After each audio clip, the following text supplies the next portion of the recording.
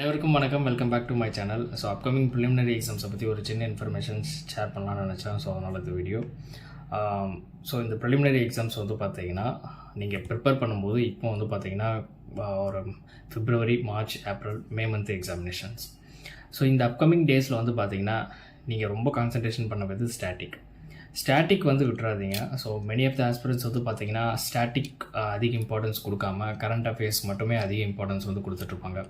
Current அஃபேர்ஸை வச்சு மட்டுமே இந்த எக்ஸாம்ஸை கிளியர் பண்ணிடலாம் அப்படின்ற மாதிரி வந்து நினச்சிட்டு இருப்பாங்க. ஸோ அது வந்து தவறான வந்து ஒரு அண்டர்ஸ்டாண்டிங். அதனால் வந்து பார்த்தீங்கன்னா ஸ்டாட்டிக் வந்து இம்பார்ட்டன்ட் வந்து கொடுங்க. ஸோ ஸ்டாட்டிக் தான் வந்து பார்த்திங்கன்னா உங்களை கிளியர் பண்ண வைக்கும். கரண்ட் அஃபேர்ஸ் வந்து சப்போர்ட் பண்ணுமே தவிர ஸ்டாட்டிக் பார்ட் தான் உங்களை கிளியர் பண்ண வைக்கும். Static subject is very very important.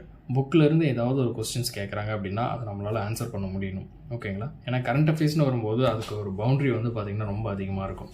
So நம்ம எவ்வளோ படித்தாலும் அவங்க நம்ம படிக்காத ஒரு விஷயத்தை கேட்கறதுக்கு அதிகமான ஸ்கோப்ஸ் வந்து இருக்குது. ஆனால் ஸ்டாட்டிக்னு வரும்போது வந்து பார்த்திங்கன்னா ஸோ எவ்வளோ தான் படித்தாலும் வந்து பார்த்திங்கன்னா முடிக்க முடியல அப்படின்னு வந்து சொல்லவே முடியாது. ஸோ ஸ்டாட்டிக் ஒரு ஃபிக்ஸட் ஒரு பவுண்ட்ரி வந்து இருக்கும். ஈஸியாக வந்து முடிச்சிடலாம். பாலிட்டி அப்படின்னா லக்ஷ்மிகாந்த், ஹிஸ்ட்ரி அப்படின்னா என்சிஆர்டி ப்ளஸ் ஸ்பெக்ட்ரம், ஸோ இந்த மாதிரி ஜியாகிரஃபி அப்படின்னா என்சிஆர்டி, ஸோ இந்த மாதிரி வந்து பார்த்திங்கன்னா ஃபிக்ஸடாக வந்து முடிச்சிடலாம். கரண்ட் அஃபேர்ஸ் அப்படிங்கும்போது நான் இன்றைக்கி ஒரு 5 கரண்ட் அஃபேர்ஸ் சொல்கிறேன் அப்படின்னா நீங்கள் ஒரு 5 கரண்ட் அஃபேர்ஸ் சொல்லலாம், இன்னொருத்தர் ஒரு 5 கரண்ட் அஃபேர்ஸ் சொல்லலாம். ஸோ எல்லாமே வந்து பார்த்திங்கன்னா டாப்பிக்கில் வர மாதிரி தான் தெரியும். எல்லாத்தையும் படித்து முடிக்க முடியுமான்னு வந்து கேட்டிங்கன்னா இட்ஸ் இம்பாசிபிள். பட் ஸ்டாட்டிக் அப்படி இல்லை. ஸ்டாட்டிக் வந்து பாசிபிள். உங்களால் வந்து சிலபஸை வந்து கவர் பண்ண முடியும். அண்ட் இன்னொரு விஷயம் சிலபஸை கம்ப்ளீட் பண்ணாமல் எக்ஸாம் ஹால்குள்ளே போகாதீங்க. ஸோ இதுதான் வந்து வெரி இம்பார்ட்டன்ட் நோட். பிகாஸ் இந்த எக்ஸாமினேஷன் வந்து பார்த்திங்கன்னா ஒவ்வொரு அட்டெம்ப்ட் வந்து கவுண்ட் பண்ணிட்டு தான் இருப்பாங்க. நீங்கள் தெளிவாக படித்து சிலபஸை ஸ்ட்ராங் பண்ணுறீங்க அப்படின்னா மட்டும் வந்து பார்த்திங்கன்னா இந்த அட்டெம்ப்ட் வந்து கொடுங்க. ஸோ அதுதான் ரொம்ப இம்பார்ட்டண்ட்.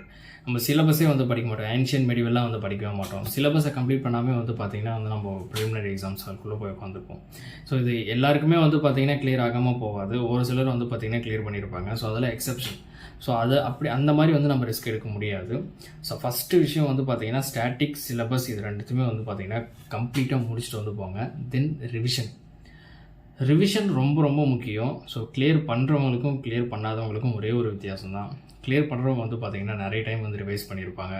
கிளியர் பண்ணாதவங்க வந்து பார்த்திங்கன்னா அவங்க ரிவிஷன் பண்ணுறதுக்கு டைம் அதிகமாக கொடுத்துருக்க மாட்டாங்க. பட் 2 பேருமே வந்து எல்லா சிலபஸுமே வந்து படிச்சிருப்பாங்க, கம்ப்ளீட் பண்ணியிருப்பாங்க. ஸோ நிறைய டைம் ரிவைஸ் பண்ணும்போது அவங்களுக்கு எக்ஸாமில் ஈஸியாக அவங்களால ரீகலெக்ட் பண்ண முடியும். ஸோ ரிவிஷன் பண்ணலை அப்படின்னா அந்த டைமில் வந்து பார்த்திங்கன்னா ஒரு சில விஷயங்கள் மறந்து போயிடும். ஸோ இது ஒன்று தான் டிஃப்ரெண்ட். அதனால எவ்வளோக்கு எவ்வளோ உங்களால் ரிவைஸ் பண்ண முடியுமோ அந்த அளவுக்கு வந்து ரிவைஸ் பண்ணுங்கள். ஃபஸ்ட்டு ஒரு டைம் நல்லா தெளிவாக ரீட் பண்ணுங்கள். ரீட் பண்ணும்போது கிளாரிட்டி அட்டைன் பண்ணுங்கள். கிளாரிட்டியோடு ஒரு டைம் படித்து முடிங்க. படித்து முடிச்சதுக்கப்புறம் ரிவிஷன் வந்து பண்ணணும். ஸோ ஒரு சிலர் வந்து பார்த்திங்கன்னா படிக்கிறதே வந்து ரிவிஷன் வந்து நினச்சிட்டு இருப்பாங்க. ஸோ அவங்களுக்கு வந்து ஒரு 5 டைம் படித்தா தான் அவங்க புரியும் அப்படின்னா அவங்க 5 டைம் படிக்கிறத வந்து பார்த்திங்கன்னா நான் 5 டைம் ரிவிஷன் பண்ணேன் அப்படின்னு வந்து நினச்சிக்குவாங்க. ஸோ ஃபார் எக்ஸாம்பிள் வந்து ஸ்கூல்லலாம் வந்து பார்த்திங்கன்னா ஒரு சின்ன ஏதாவது ஒரு சாப்டரோ ஒரு கொஸ்டின்ஸோ இருக்கும். நம்ம எத்தனை டைம் வந்து ரீட் பண்ணி அதுக்கப்புறம் தான் வந்து மெமரியாக பண்ணுவோம். அதுக்கப்புறம் தான் ஒவ்வொரு எக்ஸாம் முன்னாடியே வந்து ரிவிஷன் பண்ணிட்டு போவோம். பட் இங்கே வந்து பார்த்திங்கன்னா லக்ஷ்மிகாந்தில் ஒரு சாப்டர் இருக்குது அப்படின்னா ஒரு டைம் மட்டும் தான் படிப்பாங்க. ஒரு டைம் படித்தாவே அந்த சாப்டர் எனக்கு எல்லாமே தெரிஞ்சிடும் அப்படின்னு வந்து நினச்சிட்டு நான் ஒரு டைம் படிச்சிட்டேன், இன்னும் ஒரு 5 டைம் படித்தா ரிவிஷன் பண்ண மாதிரி ஆயிரும் அப்படின்னு வந்து நினச்சிக்குவாங்க. அந்த மாதிரி இல்லை. ஒரு டைம் கிளாரிட்டியோட படிக்கிறதுக்கே ஒரு சிலருக்கு வந்து நிறைய டைம் எடுக்கும். ஒரு 5 டைம் 6 டைம் திரும்ப அந்த சாப்டரை படித்தா தான் அவங்க அந்த சாப்டர்லேயே வந்து ஹோல்டு எடுக்க முடியும். அதுக்கப்புறம் தான் வந்து பார்த்திங்கன்னா மறுபடியும் வந்து வீக்லி ஒன்ஸோ இந்த 1 மந்த் ஒன்ஸோ அந்த மாதிரி வந்து ரிவிஷன் பண்ண முடியும். ஸோ இதுதான் வந்து ரிவிஷன். ஒரு டைம் படித்து முடிச்சுட்டு அதுக்கப்புறம் வந்து பண்ணுறது தான் ரிவிஷன். ஸோ அதனால் என்ஷூர் தட் கிளாரிட்டியோடு வந்து படிங்க ஸ்டாட்டிக் சப்ஜெக்டை. அதுக்கப்புறம் வந்து பார்த்திங்கன்னா உங்களால் எவ்வளோ முடியுதோ அந்த அளவுக்கு வந்து ரிவைஸ் பண்ணுங்கள். தென் இதுக்கப்புறம் வந்து பார்த்திங்கன்னா ப்ராக்டிஸ் பண்ணுங்கள். ஸோ படித்து முடிச்சுட்டு தான் ப்ராக்டிஸ் பண்ணணும். ஒரு சிலர் வந்து பார்த்திங்கன்னா டைரெக்டாக வந்து படிக்காமே சிலபஸை படிக்காமே நான் கொஷின் பேப்பர் வழியாக வந்து படிப்பேன் அப்படின்னு சொல்லிட்டு வந்து படிப்பாங்க. ஸோ அஃப்கோர்ஸ் வந்து இந்த மாதிரி வந்து பண்ணலாம் தான். பட் இது எப்போ பண்ணணும் அப்படின்னா சிலபஸை நல்லா ஸ்ட்ராங் பண்ணிவிட்டு திரும்ப நல்லா ரிவைஸ் பண்ணிவிட்டு அதுக்கு மேலே அந்த புக்கை என்னால் எடுத்து படிக்க முடியல அப்படிங்கிற பட்சத்தில் கொஸ்டின்ஸ் பேப்பரை அது சால்வ் பண்ணணும். ஸோ ஓரளவுக்கு எல்லாமே வந்து ஃபுல்லாக படித்து முடிச்சிட்டோம். இதுக்கப்புறம் வந்து பார்த்திங்கன்னா ப்ராக்டிஸ் பண்ணணும். ப்ராக்டிஸ் பண்ணும்போது ஒரு சில கொஸ்டின்ஸ் வந்து நம்ம மிஸ்டேக்ஸ் பண்ணுவோம். அந்த மிஸ்டேக்ஸை வந்து மறுபடியும் புக்கில் எடுத்துகிட்டு வந்து பார்க்கணும். இந்த மாதிரி மெத்தட் அது. ஸோ இதை தப்பாக இன்டர்பிரட் பண்ணிவிட்டு டைரெக்டாக நம்ம ஒன்றுமே படிக்காமல் கொஸ்டின் பேப்பர் எடுத்து சால்வ் பண்ணோம் அப்படின்னா ஒரு கொஸ்டின்ஸுக்கும் நமக்கு தெரியாது, ஆன்சர் பண்ணவும் முடியாது, தப்பாக தான் ஆன்சர் பண்ணுவோம். அதுக்கப்புறம் வந்து அந்த சாப்டர் எடுத்து வந்து படிப்போம். ஸோ இப்படி படித்தோம் அப்படின்னா சிலபஸ் வந்து கம்ப்ளீட்டே பண்ண முடியாது. முதல்ல ரீட் பண்ணுங்கள், கிளாரிட்டியோடு வந்து படிங்க, அண்டர்ஸ்டாண்ட் பண்ணிக்கோங்க. அதுக்கப்புறம் நல்லா ரிவைஸ் பண்ணுவாங்க. மீன்வைல் வந்து பார்த்திங்கன்னா கொஸ்டின்ஸை வந்து சால்வ் பண்ணி பாருங்கள். ப்ராக்டிஸ் நிறைய பண்ணுங்கள். ஸோ ப்ராக்டிஸ் ரொம்ப இம்பார்ட்டன்ட். படிக்கணும், நல்லா படிக்கணும், கிளாரிட்டியோடு படிக்கணும். அதே மாதிரி வந்து பார்த்திங்கன்னா நல்லா ப்ராக்டிஸ் பண்ணணும். ஸோ இது ரெண்டுமே வந்து பண்ணணும். ஏதாவது ஒன்று மட்டும் பண்ணிங்கன்னா யூஸ்லெஸ் தான். சரி, அதுக்கப்புறம் வந்து பார்த்திங்கன்னா கரண்ட் அஃபேர்ஸ்னு வந்து சொல்லுவாங்க. Of course current affairs very important தான். பட் ஒரு விஷயம் நல்லா தெளிவாக புரிஞ்சுக்கோங்க, ஸ்டாட்டிக் படிக்காமல் கரண்ட் அஃபேர்ஸ் பின்னாடி போகிறதுங்கிறது தவறான செயல். ஸ்டாட்டிக் படிக்கணும். ஸ்டாட்டிக்கோட எக்ஸ்டெண்டட் வெர்ஷன் தான் கரண்ட் அஃபேர்ஸ். ஸோ இது நல்லா தெளிவாக புரிஞ்சுக்கோங்க. ஸ்டாட்டிக்கே படிக்காமல் நம்ம கரண்ட் அஃபேர்ஸ் மட்டும் வச்சுமே கிளியர் பண்ணிடலாம்னு நினச்சிங்கன்னா அது இம்பாசிபிள். இந்த எக்ஸாமில் அது மாதிரி பண்ண முடியாது. ஸ்டாட்டிக் இம்பார்ட்டண்ட், அதோட எக்ஸ்டெண்டட் வெர்ஷன் கரண்ட் அஃபேர்ஸ். அதுக்கும் வந்து டைம் கொடுக்கணும்.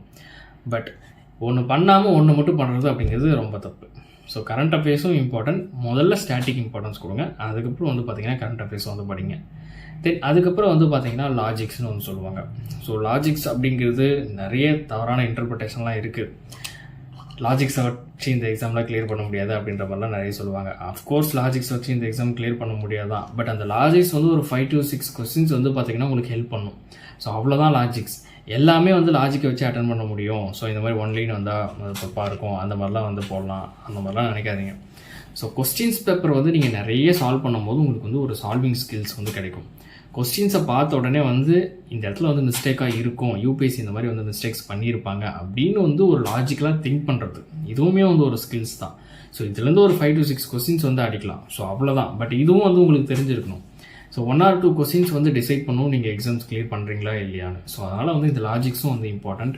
நிறைய கொஸ்டின்ஸ் வந்து சால்வ் பண்ணிங்க அப்படின்னா லாஜிக்ஸ் வந்து உங்களுக்கு வந்து கிடைக்கும். ப்ரிலிமினரி அந்த கொஸ்டின் பேப்பர் எடுத்து பார்த்து நிறைய சால்வ் பண்ணிங்க அப்படின்னா உங்களுக்கு வந்து லாஜிக்ஸ் வந்து கிடைக்கும். தென் அதுக்கப்புறம் வந்து பார்த்திங்கன்னா on the day performance. So எல்லாமே கரெக்டாக பண்ணிவிட்டு அந்த எக்ஸாம் டேயில் சொதப்பினாலும் வந்து பார்த்திங்கன்னா கிளியர் பண்ண முடியாது. ஸோ அந்த டேயில் நான் என்ன பண்ண போகிறேன் அப்படின்னு ஒரு கிளியரான ஒரு ஸ்ட்ராட்டஜி உங்களுக்கு வேணும். கொஸ்டின்ஸ் பேப்பர் வந்து எத்தனை ரவுண்ட் வந்து ரீட் பண்ண போகிறேன், ஸோ எவ்வளோ வந்து அட்டன் பண்ண போகிறேன், ஸோ அப்படின்ற மாதிரி வந்து பார்த்திங்கன்னா ஒரு கிளியரான ஒரு ஐடியா வந்து வேணும். இது எல்லாமே வந்து ஒரு என்ன சொல்கிறது, ஒரு ஜஸ்ட் பேசிக்காக இருக்கக்கூடிய ஒரு ஐடியா தான். அந்த டேயில் போய் கொஸ்டின் பேப்பரை பார்த்து அந்த இடத்துல வந்து பார்த்திங்கன்னா நம்ம எப்படி பர்ஃபார்ம் பண்ணுறோங்கிறதும் இன்னொரு இம்பார்ட்டண்ட். பட் அந்த டேயில் ஒழுங்காக பர்ஃபார்ம் பண்ணணும் அப்படின்னா அந்த டேக்கு முன்னாடி வந்து பார்த்திங்கன்னா நிறைய ப்ராக்டிஸ் பண்ணியிருக்கணும். ஸோ மார்க் டெஸ்ட் வந்து நிறைய எடுத்துருக்கணும். ஸோ இப்போ இருக்கிற டைமில் வந்து பார்த்திங்கன்னா நல்லா வந்து திங்க் பண்ணிக்கோங்க. ஸ்டாட்டிக் இம்பார்ட்டன்ட், ஸ்டாட்டிக் சப்ஜெக்ட்ஸை நல்லா கவர் பண்ணுங்கள். அதுக்கப்புறம் வந்து பார்த்திங்கன்னா கரண்ட் அஃபேர்ஸை வந்து ஃபோக்கஸ் பண்ணுங்கள். ஸ்டாட்டிக் சப்ஜெக்ட் படிக்காமல் கரண்ட் அஃபேர்ஸ் வந்து போகாதீங்க. இன்னொன்று ஒரு முக்கியமான பேப்பர் வந்து பார்த்திங்கன்னா சிசெட் வந்து பார்த்திங்கன்னா அகைன் அதிகமாக வந்து பயப்படக்கூடிய ஒரு பேப்பர் வந்து பார்த்திங்கன்னா சிசெட்டை பார்த்து வந்து பயப்படுவாங்க. சிசெட்டை பொறுத்தளவுக்கு வந்து பார்த்திங்கன்னா நிறைய ப்ராக்டிஸ் பண்ணுங்கள். ஸோ இது ஒன்று தான் சொல்ல முடியும் சிசெட்க்கு. ஸோ நீங்கள் இதுதான் வந்து ஒரே வழி, நிறைய ப்ராக்டிஸ் பண்ணால் மட்டும்தான், கொஸ்டின்ஸ் பேப்பர் எடுத்து நிறைய சால்வ் பண்ணால் மட்டும்தான் சம்ஸ் வந்து போட முடியும். ஸோ அதை நல்லா தெளிவாக புரிஞ்சுக்கோங்க. என்ன தான் நீங்கள் கிளாஸ் அட்டன் பண்ணாலும் சம்ஸ் உங்களால் வந்து சால்வ் பண்ண முடியாது. நீங்கள் சம்ஸ் ஒர்க் அவுட் பண்ணி பார்க்கணும். அண்டு ப்ரையாரிட்டைஸ் வந்து பார்த்தீங்கன்னா ஃபஸ்ட்டு காம்ப்ரிஹென்ஷன், ரீசனிங், அதுக்கப்புறம் வந்து ஆப்டிடியூட் கொடுங்க. காம்ப்ரிஹென்ஷன், ரீசனிங் இதுக்கெல்லாம் வந்து பார்த்திங்கன்னா நிறைய டைம் எடுக்குதுன்னு வந்து சொல்லுவாங்க. அந்த டைம் ஏன் எடுக்குதுன்னா நீங்கள் ப்ராக்டிஸ் பண்ணாதனால தான் அங்கே எக்ஸாம் ஹாலில் டைம் எடுக்குது. ஸோ இங்கே நீங்கள் டைம் கொடுத்து நல்லா ப்ராக்டிஸ் பண்ணிட்டு போனீங்கன்னா அங்கே வந்து டைம் எடுக்காது. And comprehension part, reasoning part இது கம்பேர் பண்ணும்போது ஆப்டிடியூடை கம்பேர் பண்ணும்போது ஈஸியான பார்ட் தான். ஸோ இதில் நல்லா ஃபோக்கஸ் பண்ணிட்டு லாஸ்ட்டு ப்ரியாரிட்டி வந்து பார்த்தீங்கன்னா ஆப்டிடியூட் வச்சுக்கோங்க. அந்த ஆப்டிடியூட்லேயும் number system, permutation, combination, probability, so இதெல்லாம் கொஞ்சம் இம்பார்ட்டன்ட் ஏரியா. இதுலேருந்து கொஞ்சம் அதிகமான சம்ஸ் வரும். ஃபஸ்ட்டு இதை வந்து ஃபோக்கஸ் பண்ணுங்கள். ஸோ இதுதான் வந்து பார்த்தீங்கன்னா ஒரு ஓவரால் ஐடியா. ஸோ இந்த ஃப்யூச்சர் டேஸில் வந்து பார்த்திங்கன்னா இதை எடுத்துக்கிட்டு ஸோ அதுக்கேற்ற மாதிரி வந்து பார்த்திங்கன்னா உங்களோட ப்ரிப்பரேஷன் வந்து கொண்டு போங்க. ஸ்டாட்டிக் சப்ஜெக்ட்ஸ்க்கு அதிகமான இம்பார்ட்டன்ட் கொடுங்க. மெயினான subject history, geography, polity, economics, environment, so இதெல்லாம் வந்து பார்த்திங்கன்னா ரொம்ப முக்கியம். இதில் இருக்கக்கூடிய ஸ்டாட்டிக்கெல்லாம் வந்து பார்த்திங்கன்னா நீங்கள் கிளியராக இருக்கும்.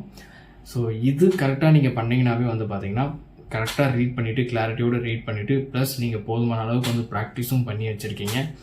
அந்த டேயில் வந்து கரெக்டாகவும் பர்ஃபார்மன்ஸ் பண்ணிகிட்ருக்கீங்க அப்படின்னா டெஃபினட்டாக வந்து பார்த்திங்கன்னா உங்களால் இந்த எக்ஸாம்ஸ் வந்து கிளியர் பண்ண முடியும். So I hope it is very useful for you. Thank you so much for வாட்சிங். Have a good day.